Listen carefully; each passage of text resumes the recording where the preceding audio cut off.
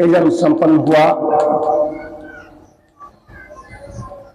आज बात कर रहा हूं कि जो सृष्टि है, सृष्टि की रचना किससे हुई। सृष्टि में 3 तत्व हैं, 3 अनादि तत्व हैं, परमात्मा, जीवात्मा और प्रकृति। जो सृष्टि है इसका 2 प्रकार से इसकी उत्पत्ति हुई, जड़ और चेतन। जो मनुष्य जाति है, मानव जाति है, पशु पक्षी, जलचर, नभचर, थलचर, जितने भी हैं, वनस्पति, ये सब चेतन है, सब चेतन है। स्थावर जंगम की बात आती है, स्थावर जंगम ये दोनों चेतन हैं। और जड़ की बात आती है तो जड़ है, कुर्सी जड़ है, जो चिंतन नहीं कर सकता, जो सोच नहीं सकता, जो सुख दुख का अनुभव नहीं करता, वो क्या है, वो जड़ है।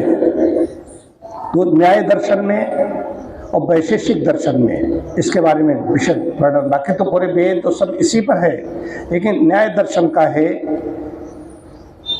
इच्छा, द्वेष, प्रयत्न, सुख दुख, ज्ञानान आत्मनोलिंगम, अर्थात जिसमें इच्छा है, जो इच्छा करता है, जिसमें राग है, द्वेष है, मानव स्वभाव है, द्वेष होगा, कम ज्यादा हो सकता है, बैर, प्रयत्न, पुरुषार्थ, सुख दुख और ज्ञान, मतलब जानने का गुण हो, वो आत्मा है। वैशेषिक दर्शन इसको और आगे कहता है। वैशेषिक दर्शन में लिखा है कि श्वास लेना, छोड़ना, आंखें बंद करना और खोलना, इंद्रियों को उनके विषयों में चलाना, गति करना, विचार करना, भूख प्यास, ज्वर पीड़ा आदि विकारों का होना, ये आत्मा का लक्षण है। वह आत्मा है, वो चिंतन करेगी। फिर बाकी अलग है, इसमें चिंतन करेगी। अब उसमें आगे एक बात और आती है कि हम सब लोग मानस की चौपाई एक लेते हैं, जिसमें कहा जाता है ईश्वर अंश जीव अविनाशी। ये सत्य है? नहीं, ये सत्य नहीं है। वो तो लिखा है, गोस्वामी जी ने भाव से उस पर लिखा, वो भाव अलग लेना पड़ेगा। ईश्वर का अंश ही माना जाएगा, लेकिन ईश्वर का अंश नहीं। ईश्वर का परमात्मा अलग है, जिसे ईश्वर कहा है, परमेश्वर कहा है, परमात्मा अलग है, जीवात्मा अलग है। जीवात्मा उसका अंश नहीं है। जीवात्मा अगर उसका अंश होता तो सबके गुण, सबका चिंतन, सबका ज्ञान एक जैसा होना चाहिए। परमात्मा सर्वज्ञ है, ये आत्मा एक देशी है। हम दीवार के उधर कौन जा रहा है, कौन एक देव की जय कर रहा है, कौन जय श्री राम कर रहा है, कौन ओम नमः शिवाय कर रहा है, कौन हर हर महादेव कर रहा है, नहीं जान पा रहे हैं। आत्मा एक देशी है, वो सर्वज्ञ है, तो ये उसका अंश नहीं। जैसे कि आम काटा, केला काटा, तो केला का अंश होगा, काटोगे तो केला टुकड़ा क्या कहा जाएगा, केला या पपीता? केला कहा जाएगा। उसी प्रकार से सारी आत्माएं, ये आत्मा अलग है, ये आत्मा अलग है, सारी आत्मा एक आत्मवाद भी कुछ लोगों ने अष्टावक्र का भी है, एक आत्मवाद का सिद्धांत। अगर एक ही होता तो एक समय एक जैसा चिंतन होना चाहिए, एक जैसे विचार होने चाहिए, एक जैसा सत्य होना चाहिए। इसी समय कोई आतताई है, वो किसी को कष्ट दे रहा होगा।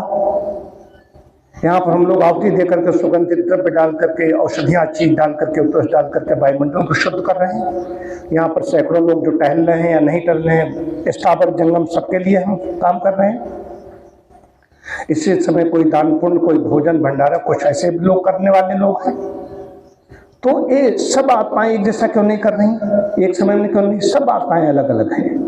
तो इसके बारे में भी बहुत अच्छा है कि ये नहीं है कि इसमें जिसमें गुण है, उपयुक्त गुण है आत्मा। अच्छा, एक चीज और है, साइकिल आ रही, मोटरसाइकिल से आ रहे हो, कार आ रही, आपकी गाड़ी उधर से आती है तो अपने आप इधर को मुड़ जाती है या मोड़ते हो? मोड़ते हो, क्योंकि वो जड़ है, उसको कोई चेतन बैठ करके चला रहा है। अपने आप गुण नहीं, इतने से आए उसको नहीं। तो सबसे ज्यादा चेतन में मनुष्य जो है कहा गया विकसित है, वो चिंतन कर सकता है परमात्मा क्या है, जीवात्मा क्या है, कि ये भोग्योन भी है, भोग्योन है, और वहां पर भोग्योन तो ही है, यहाँ पर कर्म भी हम कर सकते हैं।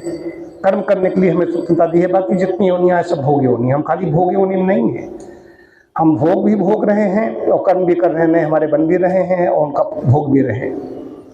तो इसमें जो कहा है कि ईश्वर सर्वव्यापी है, आत्मा एक स्थान पर रहता है, गुण है उनके अनुसार। देखिए आत्मा सुख के साथ दुख भी भोगता है, हमें गर्मी लग गई, पसीना आ रहा है, शरीर क्या चाहता है, क्योंकि हम आनंद को प्राप्त करना चाहते हैं। कौन सा आनंद? परमानंद की प्राप्त करना चाहता है हर व्यक्ति चाहता है कि हमें आनंद मिले, हमें सुख मिले। ऐसा कोई भी व्यक्ति नहीं है, अस्थाई हो, दुष्ट हो, संत हो, महापुरुष हो, परमात्मा आनंद स्वरूप है, उसको सुख दुख तो नहीं होता। पहली बात यही जान लीजिए, परमात्मा आनंद स्वरूप है, उसको दुख का अनुभव नहीं हो, तो सुख ही सुख है, आनंद ही आनंद है वहां पर। जीवात्मा को कभी दुख है, यही गर्मी है दुखदायी हो जाती है, जाड़े के दिनों में किसी गर्मी की याद करने लगते हैं, ये परिवर्तन में दुख होता है। रोज कभी गर्मी लग रही, यहाँ पर बैठे हैं लेकिन ये धर्म कर्म है इसलिए कर रहे हैं, पसीना आ रहा है, पंखे बंद हैं, कष्ट हो रहा नहीं हो रहा है, ताप लगेगा, होगा नहीं होगा, लेकिन बुद्ध कह रही ऐसा करो। तो परमात्मा सर्वज्ञ है, जीवात्मा अल्पज्ञ है। आत्मा एक ही स्थान पर रहता है, सब जगह सर्वव्यापी नहीं हो सकता, जबकि ईश्वर सर्वव्यापी है। आत्मा सुख के साथ दुख भी भोगता है, जबकि ईश्वर केवल सुख स्वरूप है, उसे दुख हो ही नहीं सकता। आत्मा कर्म फल भोगता है, जबकि ईश्वर कर्म फल दाता है। आत्मा शरीर धारण करता है, जबकि ईश्वर कभी भी शरीर धारण नहीं करता। ये अवतारवाद में आते हो, राम हुए, भगवान राम, भगवान कृष्ण, भगवान बुद्ध क्या है? अवतारवाद में आ गए। अवतारवाद जो विशिष्ट काम किया, जो उनके साथ ये ईश्वर होते हैं, अवतारवाद में कहा गया है। जबकि ईश्वर कभी भी शरीर धारण नहीं करता, अवतार भी नहीं। अवतार में भी आई हैं तो ये उत्कृष्ट आत्माएं हैं, आई हैं। अवतार ने परमात्मा अवतार लेकर के एक ही जगह कैसे होता है? एक देशी हो जाएगा। सिद्धांत वेद कह रहा है, ये दर्शन वेद कह रहा है। परमात्मा अगर एक जगह बैठ जाएगा तो सृष्टि कौन चलाएगा? ये तो खाली एक पृथ्वी की बात कर रहे हैं, एक जगह कैसे हो सकता है? तो उनको कहा गया जिनके पास ऐसे अक्षर होता है, भगवान का दिया गया है अलग, भगवान अलग है, अवतार अलग है, परमात्मा अलग है। अतः आत्मा और परमात्मा एक नहीं है, फिर दोनों की अलग अलग सत्ता सदा रहती है। तो क्या जड़ क्या है, चेतन क्या है, इसको जानना। चैतन्यता है जहां पर एक है, पेड़ पौधे हैं जिन्हें वनस्पत जगत हम बोल देते हैं, उनको भी अभी सूखने लगते हैं तो मुरझाने लगते हैं, पानी नहीं मिला, पानी डालते हरे हरे होने लगते हैं, हवा चलती झूमते हैं, लहलाते हैं, तो उनको भी सुख दुख का अनुभव होता है वहां पर। ये सब चैतन्य है। कहाँ कहाँ कितना क्या है। जितने पशु पक्षी हैं जितने हैं उनको उतनी बुद्धि दी गई, नैसर्गिक बुद्धि परमात्मा दी है, भोग योनि है। वो अपना कर्म करना जानते हैं। भाई अपना घोंसला कैसे बनाना है, बड़ा अच्छा इंजीनियर है, कोई नहीं बना पाएगा उसका जैसा, सोचना पड़ेगा। और चोंच से ऐसा बुनती हुई चली जाती है। सबकी अपने संतति की रक्षा करने के लिए परमात्मा ने ऐसी व्यवस्था दी है, उन्हें इतनी बुद्धि दी, उन्होंने जन्म दिया, भाग जाते हैं। खाली मनुष्य में नहीं, माँ है अपने बच्चों को ही लाड प्यार करती है। आप जीवों को देखिए, पक्षियों को देखिए, अंडे ऊपर कैसे बैठते हैं। तो जीवात्माएं हैं, हम भी वहीं से आए हैं, पशु पक्षियों से, यहीं गाजर मूली या बरगद यहीं से निकल करके आए हो, यहाँ पर पहुंचे हो। ये वेद के अनुसार बोल रहा हूँ, ये कोई मनगढ़ंत कोई भी बीच की इधर उधर की बात नहीं है। एक ये सत्य है, वेद है। सबसे पहले वेद कह रहा है परमात्मा जीवात्मा क्या है, तीन तत्व है, अनाद तत्व है। फिर एक मंत्र उसमें आता है, द्वा सुपर्णा सयुजा सुखाया सवानम वृक्षम परिषद सुजाते। एक वृक्ष पर दो पक्षी बैठे हुए हैं, एक परमात्मा नाम का पक्षी है, एक जीवात्मा नाम का पक्षी है। पेड़ क्या है? प्रकृति है, प्रकृति जड़ है। प्रकृति हम लोग कहते हैं प्रकृति जड़ है। ये अग्नि है, जड़ देव है, जहां पर हमने आहुतियां दी। जल है, ये जड़ देव हैं, और चेतन देव दो तरह के हैं, ये जड़ देव में आ जाएंगे। सूर्य देव भी हैं, वो भी जड़ देव है। स्थावर जंगम की आत्मा कहा गया सूर्य को। ये सब हम लोगों ये समझने की बात है।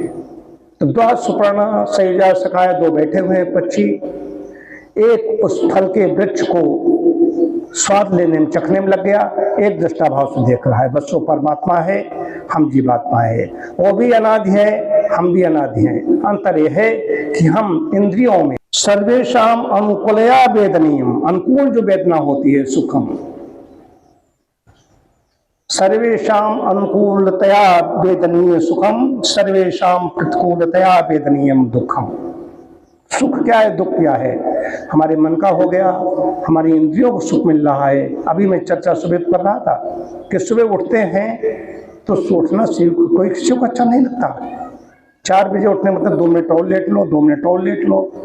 सबकी इच्छा होती है कि इंद्रिय को सुख मिल रहा है, शरीर को सुख मिल रहा है लेटने में। लेकिन बुद्ध कह रही है तुम अभी टहल लोगे, थोड़ा सा कष्ट है, फिर दिन में तुम्हें बहुत अच्छा लगेगा। व्यायाम से शरीर का अच्छा होता है, स्वास्थ्य का निर्माण होता है। कौन ऐसा है जिसको सुबह उठने में आलस नहीं लगता? सबको लगता है।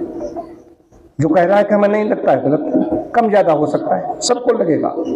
उसमें उठने का सुबह सुबह नींद इतनी अच्छी होती, सबको रसगुल्ला अच्छा लगता है, इंद्रिय जन सुख। लेकिन बुद्ध कह रही है कि क्या है, प्रकृति ने रसगुल्ला बनाया, परमात्मा ने कहीं रसगुल्ला बना के टांगा? नहीं टांगा, तो खाओगे भी परेशान कर देगा। तो ये है, हमें परमात्मा ने जो बुद्धि दी है, उसका विवेक दिया है, उसका साथ चलना होता है। तो इंद्रिय जन सुख, इंद्रिय चाहती है हमारे अनुकूल सब कुछ हो। नहाना धोना क्या मतलब है? ये सब करने का मतलब इंद्रियों को अच्छा नहीं लगता है। स्वतंत्रता, स्वेच्छाचारी, जब भी उठो पशुओं की तरह उठो, नहाओ धो, कुछ भी करो, तो पशुवत जीवन हो गया। तो नियम कर्म इसलिए कि सब शरीर के लिए है। वायुमंडल शुद्ध किया, जो कुछ किया, ये सब है। तो मोक्ष प्राप्त करना बड़ी बात है। जीवन में तो देख लो कि जीवन को तो अच्छा बना लो।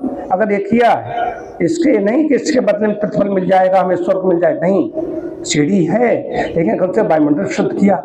हमने जो गंदगी फैलाई थी, गंदगी फैलाई, मलमूत्र त्याग किया, शरीर धोया, गंदगी निकली तो क्या कहा, तुमने गंदगी फैलाई है तो अपनी उतनी वायुमंडल को शुद्ध कर दो। पर्यावरण तुमने छत पहुंचाई है, उसको तो शुद्ध करो। अपने पर्यावरण को शुद्ध किया। कुछ लोग हो इतना तो काम किया है। तो आत्मा के बारे में कहा गया, आत्मा प्रेरक मन, ये बताया था मन के बारे में। मन क्या करता है? मन प्रेरक है। मन जड़ है, आत्मा ही चैतन्य है इस शरीर में। ये शरीर नहीं, मतलब कि ये आत्मा की बात आती है। शरीर तो प्रकृति का है, शरीर तो नष्ट हो जाएगा। आत्मा की बात आती है। आत्मा बार बार शरीर नए नए धारण करती है, कहाँ कहाँ जाती है, ये कर्मों के अनुसार हमें शरीर मिलते रहते हैं। यही सत्य है, ये वेद का बात अनुसार बात आई। तो जीवात्मा, परमात्मा और प्रकृति क्या है, और न्याय दर्शन के अनुसार बताया था कि आत्मा कैसे जानोगे इसके अंदर आत्मा है। ये दीवार के अंदर आत्मा नहीं है, ये सैंड पाइप में आत्मा नहीं है, आपकी कार में आत्मा नहीं है, कुर्सी में आत्मा नहीं है, ये सब जड़ है। बस ये समझने की बात है। तो जड़ और चेतन दोनों देखना है। चैतन्यता कहाँ पर है? मनुष्य में है, इनमें स्थावरों में है, ये बात बताइए। तो उसमें मंत्र, इसका योग दर्शन में न्याय दर्शन का और वैशेषिक बताया। न्याय दर्शन का क्या था? इच्छा द्वेष प्रयत्न सुख दुख ज्ञानानि आत्मनो लिंगम, ये आत्मा के लक्षण हैं। इच्छा द्वेष प्रयत्न, प्रयास करेगा, चेष्टा करेगा, को हर व्यक्ति करेगा अपने अपने क्षमता, जिसकी जैसा चिंतन वैसा करेगा। तो इससे पता चलता है शरीर के अंदर आत्मा है। ओम शांति शांति शांति।